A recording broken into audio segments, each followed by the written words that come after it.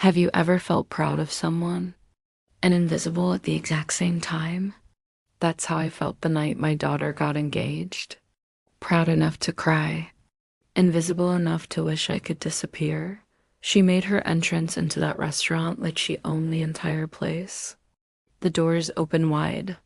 Soft music shifted just slightly, as if the room itself noticed her. The lights caught her dress and made it sparkle, and people turned their heads, smiling. Whispering her name to one another, I watched her from across the room. My hands folded in my lap, my heart swelling in my chest. For just a moment, I forgot how tired my feet were. I forgot the simple dress I was wearing. I forgot the old suit her father had pressed so carefully that morning. For just one moment, I thought we did this. We raised her. We sacrificed for her. We're part of this happiness. I felt proud in the quiet way only a parent can. The kind of pride that comes from years of packed lunches, late nights, unpaid bills, whispered prayers, and promises you make to yourself when your child is asleep and the house is finally still. But then her eyes landed on me. They didn't stay long. Just a quick glance, but long enough they moved over my simple dress, over the shoes I had worn to work so many times. Then to her father, his old suit carefully pressed, the same one he wore to weddings and funerals because it was the only good one he had. And in that tiny pause, barely a second, something cold settled deep in my chest. She smiled. But it didn't reach her eyes. It was the kind of smile you give when you're trying to smooth over something inconvenient. The kind of smile that says, please don't embarrass me. She walked over quickly, kissed my cheek without lingering, touched her father's arm like it was part of a performance, and said softly, I've arranged a special place for you. Special, that word stayed with me. It echoed in my mind as we stood up and followed her.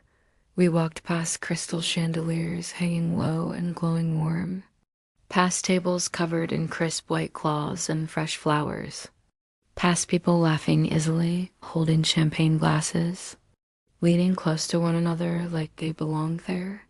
Every step took us further away from the light until the light faded completely. She stopped near the back of the room, near the kitchen door. The chairs didn't match. The table was smaller. There were no flowers. Every few seconds, the door behind us swung open, letting out the sharp clatter of plates and the smell of food not yet dressed up for guests. And that's when I understood we weren't guests of honor. We weren't even guests. We were being hidden. When her father asked gently, because he has always been gentle, why we weren't seated near the main table, she didn't lower her voice. She didn't hesitate.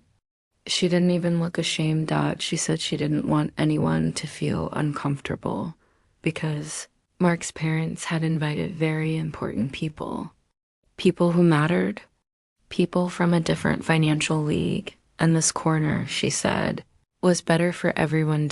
As if placing your own parents beside a swinging kitchen door was an act of kindness.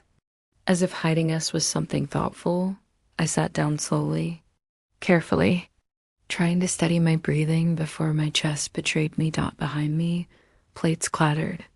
Servers rushed past.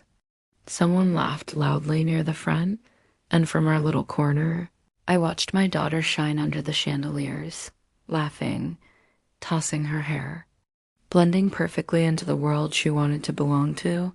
We were nothing more than shadows she didn't want seen. I didn't know it then. I couldn't have known.